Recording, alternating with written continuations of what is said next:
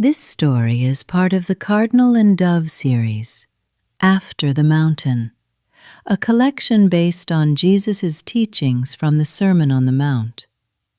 This is salt in the ordinary, quiet influence. Have you ever wondered if the small parts of your life actually matter?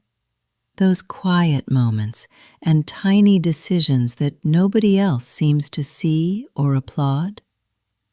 As Jesus sat with the crowd on that mountainside, he used a really simple image to describe his followers.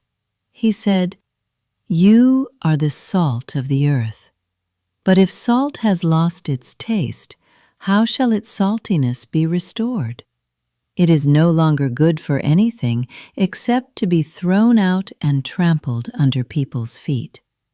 Matthew 5:13. Salt is such an ordinary thing. It doesn't scream for attention, but it changes everything it touches. It preserves things, it brings out the best flavors, and it quietly makes things better just by being there. That's the picture Jesus gives us for our lives. Most of our days aren't made of big moments. They're made of ordinary choices and small acts of kindness. It's so easy to start thinking those things don't count for much. But Jesus says they are exactly what the world needs. To be the salt of the earth isn't about being the loudest or most impressive person in the room. It's just about being faithful. It's about showing up right where God has placed you and living with a steady, quiet purpose. This is where grace meets us. Sometimes we drift. We start to blend in with everything around us, and we lose that saltiness. Not because we've lost our value, but because we've forgotten why we're here. But through Jesus, you don't have to manufacture your own purpose or try harder to be special. Simply staying close to Him begins to shape your life in ways you might not even notice. Suddenly, the small things start to carry weight. A kind word to a stranger, a patient response when you're tired, a quiet choice to do the right thing when it would be easier to let it slide.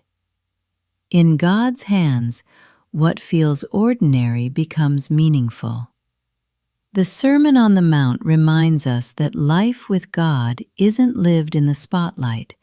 It's lived in the steady faithfulness of everyday life.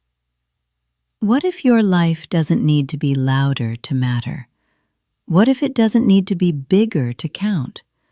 What if simply being faithful right where you are is exactly how you change the world?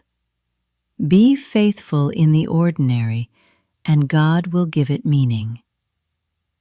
This story comes from Matthew chapter 5, where Jesus spoke to ordinary people with questions, struggles, and everyday lives. His words were not meant to feel distant or out of reach. They were meant to be heard, understood, and lived. If this story was meaningful to you, we invite you to like and subscribe so you can continue walking with us through the After the Mountain series by the Cardinal and Dove. We're glad you're here.